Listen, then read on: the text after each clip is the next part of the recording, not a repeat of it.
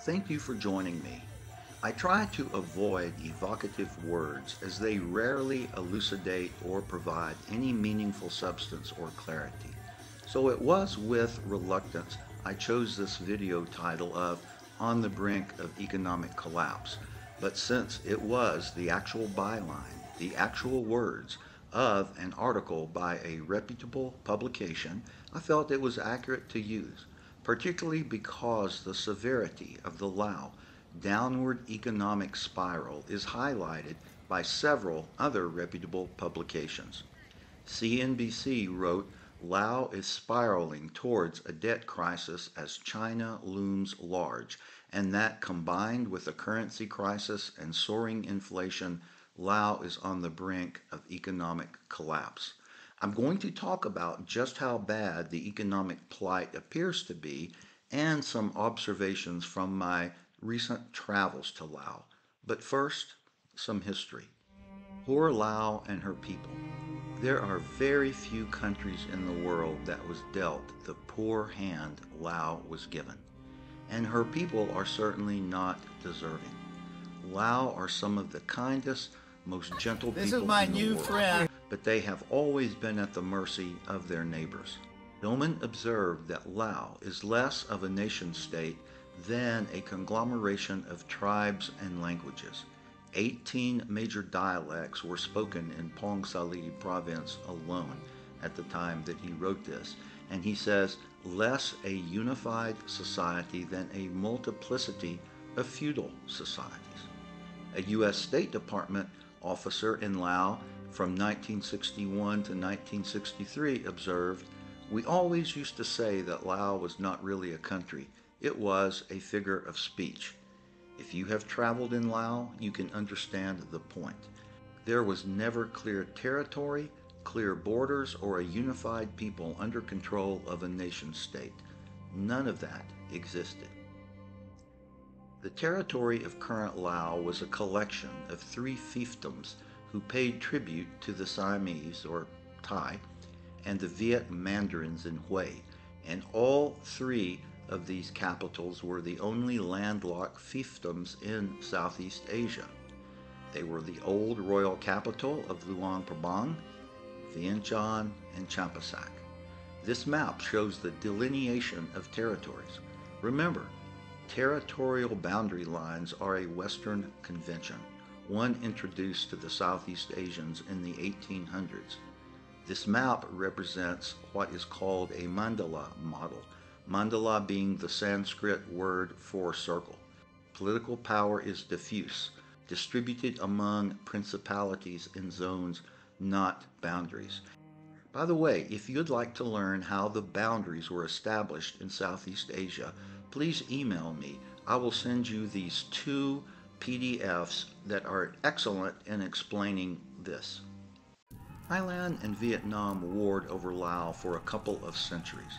The Lao territory served nothing more than a buffer zone between the two. The Vietnamese considered the territory of Laos an extension of Vietnam, and so did the first colonizers, the French. According to a U.S. survey at the beginning of the Vietnam War, 90% of Laos thought the world was flat, and the country was woefully uncharted, with one responsible Lao official in 1959 telling a U.S. AID official, if you tell us where the villages are, we will put them on a map. Zasloff and Brown, 2 of the most reputable and most prolific chroniclers of Southeast Asia, wrote, under French rule, Laos was a stagnant colonial backwater of Vietnam with a few tin mines and some timber. After the Japanese came in and dominated Laos in World War II, the French came again after the war to reoccupy, and during the First Indochina War, the Vietnamese invaded Laos and then invaded again after the French were expelled in 1954.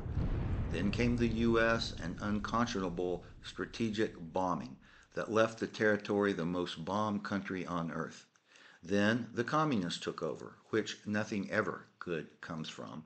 And now, 50 years later, the country is on the brink of economic collapse, primarily due to its current massive debt to China.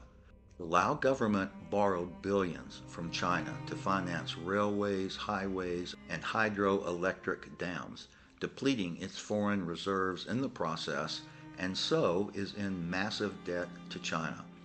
In fact, Laos is so heavily indebted to China, according to a BBC article, it has to borrow from China just to service its debt. Till you travel roads, you cannot imagine how destroyed they are. Yes, destroyed. Holes that will swallow small cars, and this is around the nation's capital. There is no way any country in the world could repair such extensively, massively damaged roads. They are damaged largely due to the way overweight Chinese trucks hauling the ore north into China. Then the rains come and just wash away the blacktop.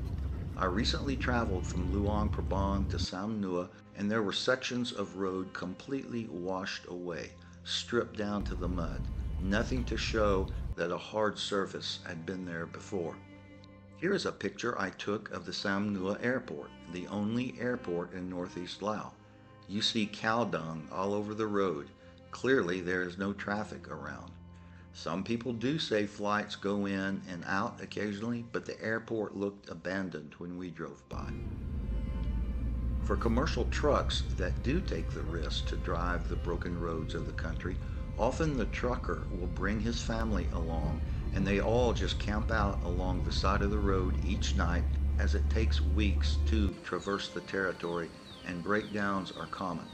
In the U.S., we use warning triangles to alert drivers of danger ahead, but Laos can only afford leaves spread out on the road in this fashion to warn drivers of a breakdown ahead. Traveling through Laos, you see the power lines strung up, sending electricity north into China. Laos' state-owned energy company signed a 25-year concession agreement with China Southern Power Grid in 2021, giving the Chinese a majority stake and the rights to export Laos's electricity overseas. In the BBC article, I Feel Hopeless, one man who is seeking employment elsewhere says, if you see your country becoming a colony of China, you see a government that is totally corrupt, and you cannot speak up because if you do, you might be killed, would you want to stay? That kind of sentiment is exactly what you are told by ordinary Lao who are bold enough or frustrated enough to talk. The reputable Yusof Ishak Institute out of Singapore found striking views on this subject published in July 2023 called Changing Perceptions in Laos Towards China. On the question if ASEAN were forced to align itself with one of the two strategic rivals, which should it choose? Look at the turnaround opinion by respondents, most now saying they would choose the U.S. over China. I will email you this 14-page report. Inflation is ballooning. A market woman said, I have never experienced anything like this year. She said her customers are buying less because prices go up every day. The Lao Kip currency loses money every day. The cost to pay for fare to the airport in Luang Prabang from a guest house where I always stay doubled for me in just 6 months. Perhaps culturally the most significant event to occur in Laos in recent years was the Evangelical Event this past 10 December 2024. Baptist minister Franklin Graham drew over 14,000 Lao for a 2-night crusade. Whether you are Christian or not, just realize how important this event was, and I want to show you a few seconds of this film because it was, and is, a big deal. Why the Lao government allowed this event, only God and the Lao government knows, but Graham's charity has been providing disaster relief to Laos since the 2018 dam burst, in which thousands were drowned and lost homes.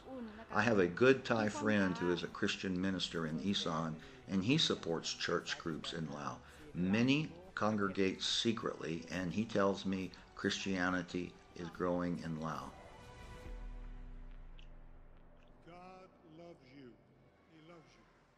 It is most heartening, yet quite sad, to see how young Laos schoolgirls react to my girlfriend when we visit to do charity assistance work.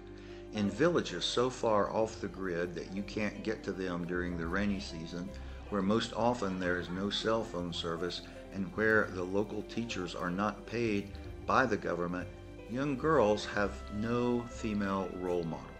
My girlfriend speaks their native language and they act as if they've never seen a woman in a leadership role. And frankly, I'm sure they haven't. And they huddle over her and line up just to get their pictures with her. Usually one or two girls in the entire school have a cell phone to take the pictures. You can see here what a classroom looks like. Supa talks with them in small groups and encourages and gives advice, her warning about pregnancy the most serious of the discussions. Villagers are so grateful for the assistance. They ensure we are never thirsty.